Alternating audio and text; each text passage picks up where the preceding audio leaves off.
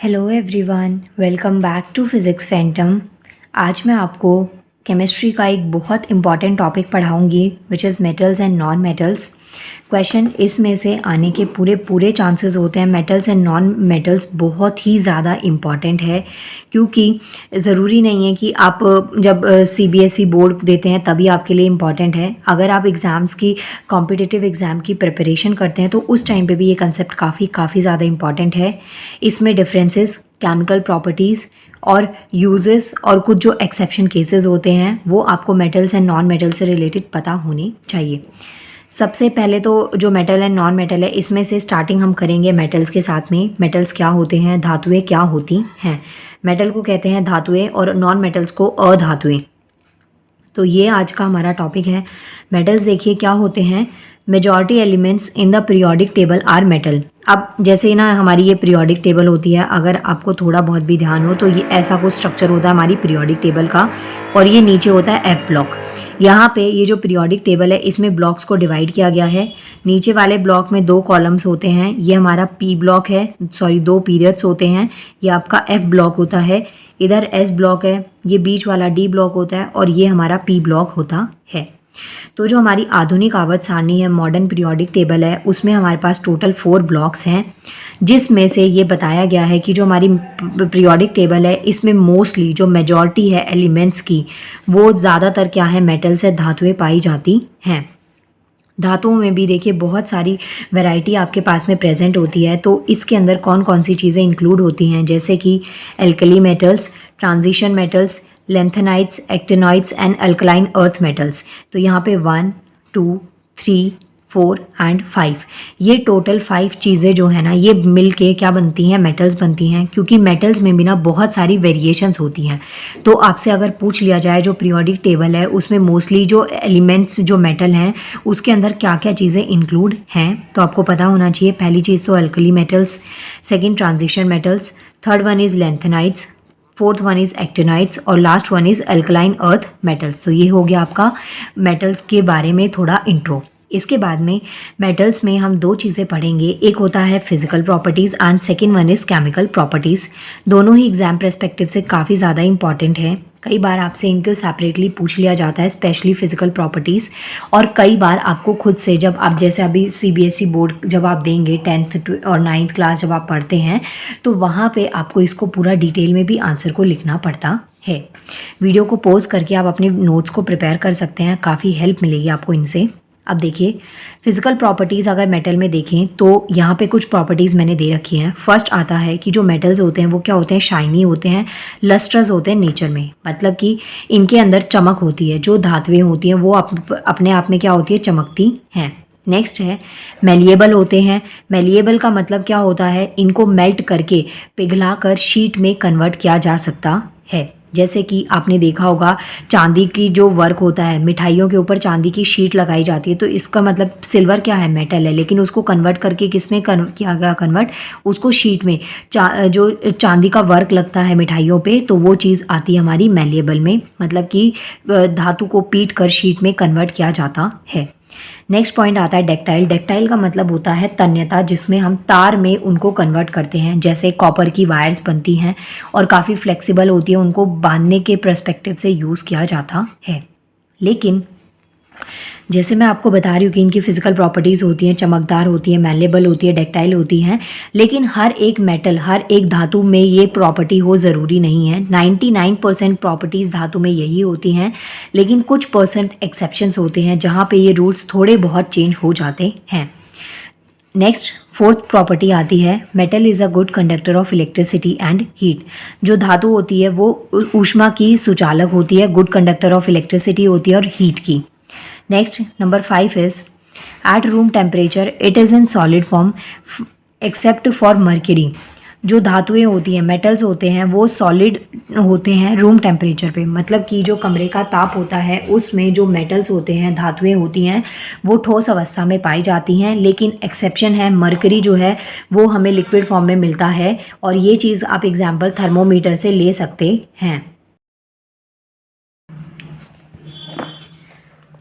Next 7 number पे property है very hard accept sodium, मतलब कि जो मेटल्स होते हैं, धातुएं होती हैं, वो बहुत हार्ड होती हैं, मतलब उनको इजीली कट नहीं किया जा सकता।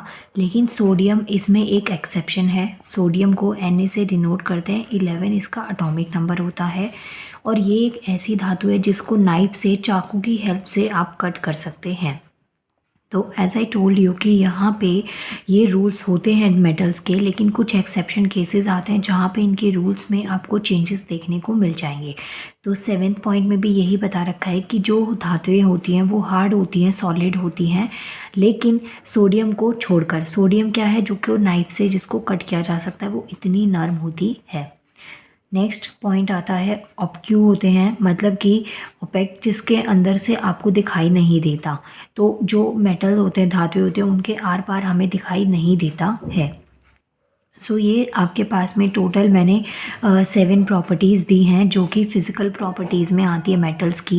एक बार ओरली मैं एक बार और बता देती हूँ। जैसे कि फर्स्ट प्रॉपर्टी आती है शाइनी, लस्टरस होती है नेचर में, मेलेबल होते हैं मेटल्स, डक्टाइल होते हैं, और एक गुड कंडक्टर होते हैं इलेक्ट्रिसिटी और हीट के। इसके अलावा रूम टेम्परेचर पे बात करें तो ये सॉलिड होते हैं, लेकिन मर्करी के अलावा, क्योंकि ये आपको लिक्विड फॉर्म में मिलेगा। और एवरी हार्ड मतलब ये हार्ड होते हैं, मेटल्स काफ़ी हार्ड होते हैं, लेकिन सोडियम को छोड़कर।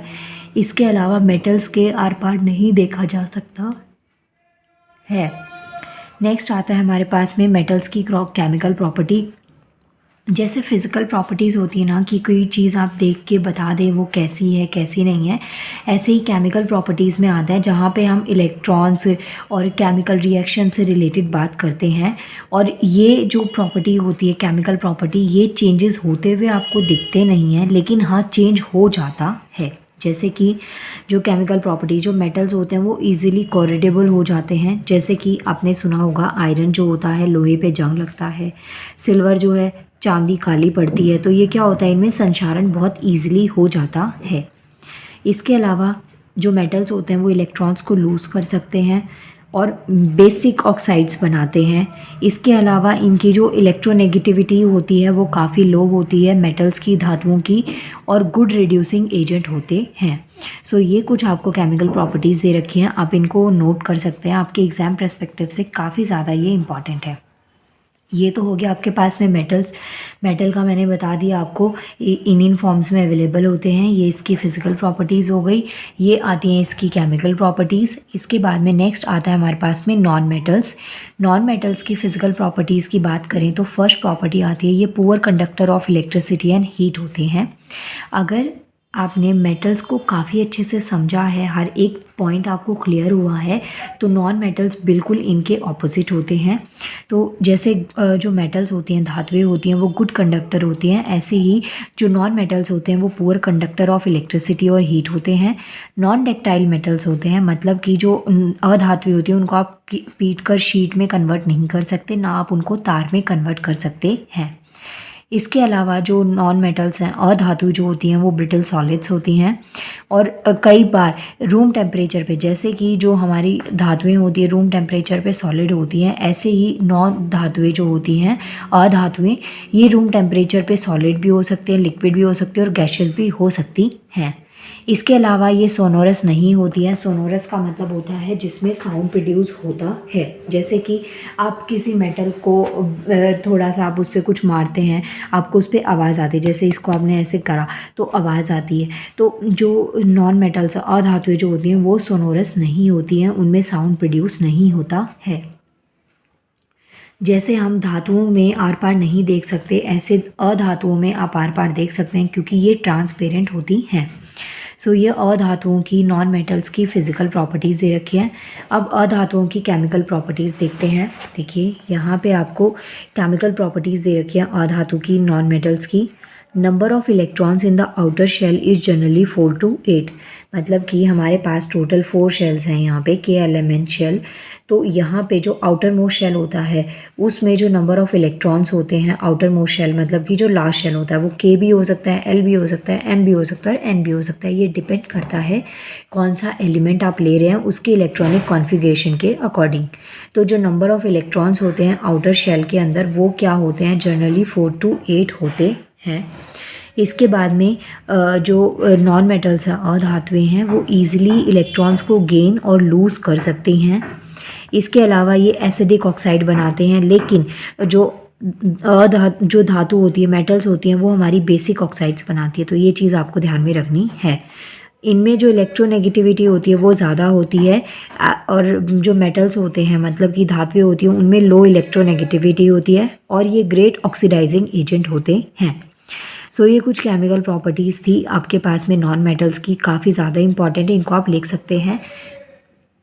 इसके अलावा यहाँ पे आपके पास में 2 एक्सेप्शंस दे रखे हैं नॉन मेटल्स के, जैसे कि जो अधातुएं होती हैं, ये क्या होती हैं, नॉन मेटल्स सॉफ्ट होते हैं लेकिन डायमंड को छोड़कर।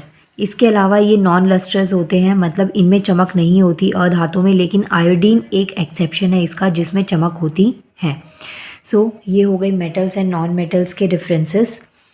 इसके बाद में मिलते हैं नेक्स्ट वीडियो में, और प्लीज़ वीडियो को लाइक करिएगा, चैनल को सब्सक्राइब करिएगा अगर आप चैनल पे नए हैं, एंड आप मुझे इंस्टाग्राम पे भी फॉलो कर सकते हैं। और वीडियोस की नोटिफिकेशन के लिए प्लीज़ बेल आइकन को प्रेस कर लीजिएगा। Thank you so much.